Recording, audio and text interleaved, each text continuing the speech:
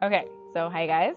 We're going to be talking about crossroad magic and what it is, and hopefully get into a little spell you guys can do on your own. But what is a crossroad? I'm sure a lot of people have heard crossroads, what it might mean, but literally is a space where two roads intersect. I have a little picture, creates a cross, so you're at a four-way stop sign, you're at a crossroad. If you come out of our parking lot, you're literally at a crossroad. Uh, there's also different other forms of crossroads. We'll get into that in a second.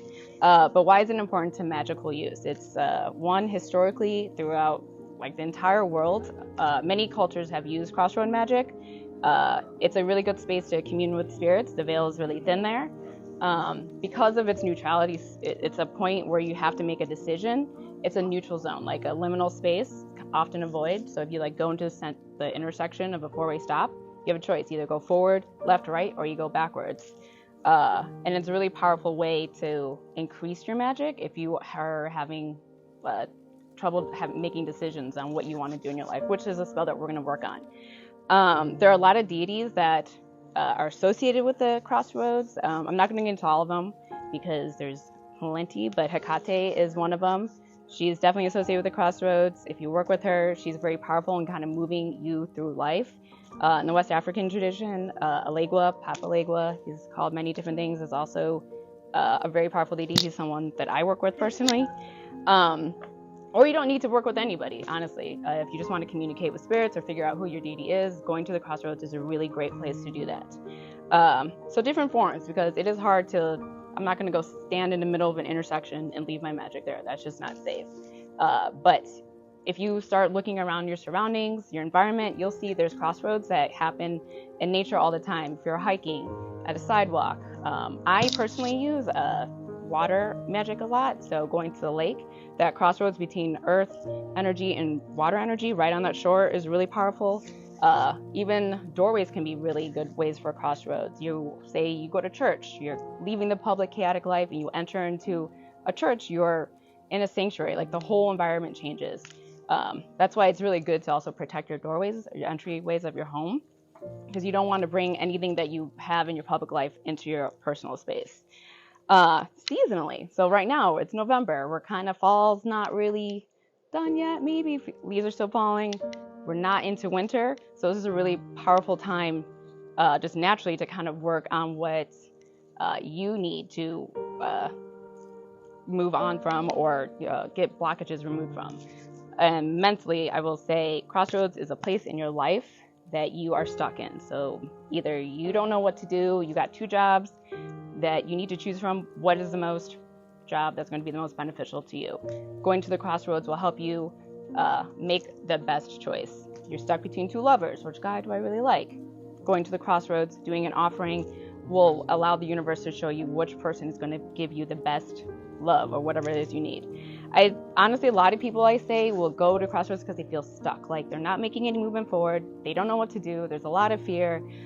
So using this magic can really break through those blockages that you don't even know maybe mentally they're having, and make sure that your path is aligned for your best choices. So we're going to do a road opener. So road opener and blockbusters are one of my favorite. I always burn these two together. But these are really powerful in helping you decide what is the best future and making sure there's nothing in your way to get there. So going to the crossroads, these are, if you found a spot that you like, you're going to gather your supplies to make an offering. It's not going to be as like lighting these candles. I will not bring them to a crossroads, but for me, I like a little travel packet. And I bring small things just so I don't leave a lot of litter or waste, because I want to be discreet as possible.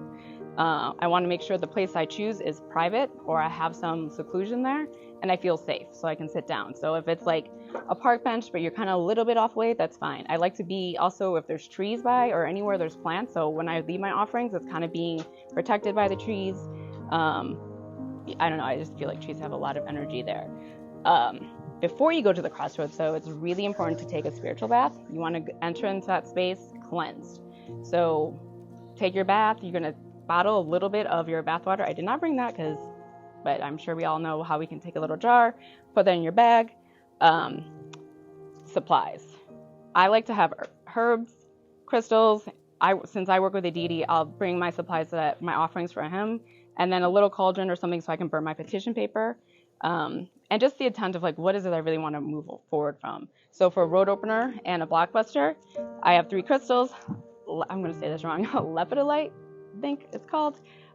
This is amazing for transitionals, period. If you know that there's something, especially in mental transitions, where you need to like let go of an anxiety or just traumas, this really helps you release that gently. Obsidian is a really good stone for protection, but it's also a mirror stone. So it helps you face kind of like the dark side of you gently and allow you to release, because a blockbuster is going to release old blockages that are in your way internally and externally. And then a stone of like manifestation. I love pyrite. So there's also citrine. If you want to work on love stuff, say like this is a spell that I want to bring in all the love. I'm sick of dating all these toxic people. I would get like a rose quartz or emerald or carnelian to attract the right love, to make sure that you're still doing the things right. And then herbs. I work in 3s too. So these are my 3 herbs. Everyone, whatever amount you like. So I have 3 herbs here. Mugwort, I think, is really important no matter who you work with, because it does help commune with divine, with spirit.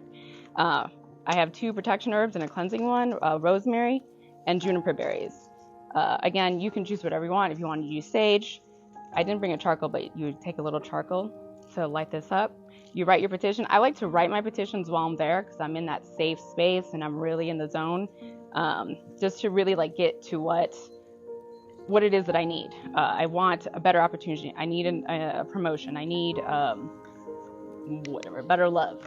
So I write that out, light my charcoal. I'm going to start burning my herbs. I love to sit down and let the smoke kind of get into my system, because I feel like it kind of awakens your intentions. And I start burning my petitions. When I leave all this behind, I also have, so again, I work with the Legua, so I leave him cowrie shells and keys. And keys are pretty, like, it doesn't matter who you work with. Hecate is known for her keys. Legua is known for her keys. St. Peter's a really good saint for a door opener too. But keys, I just think they represent opening doorways. So it's really good to kind of leave one behind. We sell these for $1 at the store. And then when I'm done, I'll dump out my ashes. I like to bury my stuff. I don't know. I don't like people kind of trampling on it. I like to keep it private. I'll leave my offerings around. And I will take my crystals with me, just because I want to maintain that kind of energy throughout my day, throughout the week, just so I know that I'm internally like keeping that memory of like, okay, I'm trying to move forward and change whatever blocking me. And then when you leave a crossroads, you have to turn around and never look back. I think a lot of people are always like, oh, it's hard for them to think about not looking back, but it's kind of like a representation of what you're trying to move away from. So, and if you do look back, a lot of people are like, what if I look back? Well, I would probably do it again the next week, just to kind of let that wait.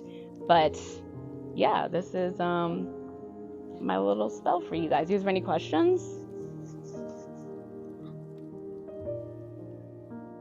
You guys are ready? I know you went over it kind of a little bit before, but what are some other really good examples of crossroads? So driveways. I don't know. So my driveway faces someone else's driveway, and there's a street behind, like right in front of us. That isn't a crossroads. Yeah. Cemeteries have a ton of really good crossroads with all those little paths. People, if you can't, I'm from Chicago, so it was really hard for me to like go to a public space to feel safe. So on my porch, I kind of created I had chalk and salt, and I would make the sign of the cross and do that magic there. Yeah. There's a different ways you can manipulate. Some people like make like, what are they, trails with like, they get gravel in their backyard, so they will always have a crossroad in their home, their private space, just because, you know, if you don't have access to a car or transportation, it is kind of hard. But I really encourage those to, as you start driving around or walking around, you'll see like, oh, I could do that as a crossroads. Alleyways are great crossroads. You know, especially crossroads are also a good place to dump your ritual remains, because it is a neutral space, a void. It's kind of just safe. I personally don't like to litter, but if there's happens to be a garbage can nearby, I think that's a really cool place to dump your ritual remains. Would you say that, or would you suggest that, let's say if the I take some of that dirt with me. Crossroad dirt, and yeah. then doing it inside of my home. Yep. Peaceful. Yeah, that's a really good point. Yes, that is also a really great way for you to incorporate the crossroads within your practice if you don't have access or availability or time to even like go somewhere or find a place.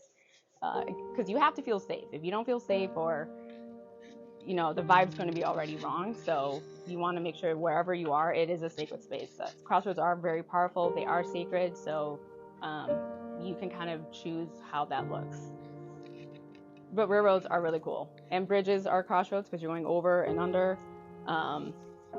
Yeah, there's actually so many, especially in Tennessee, all these country roads. Like, there's so many crazy crossroads that you probably don't even walk by every day. You don't even recognize. Yeah. Thank you. Mhm. Thank you so much.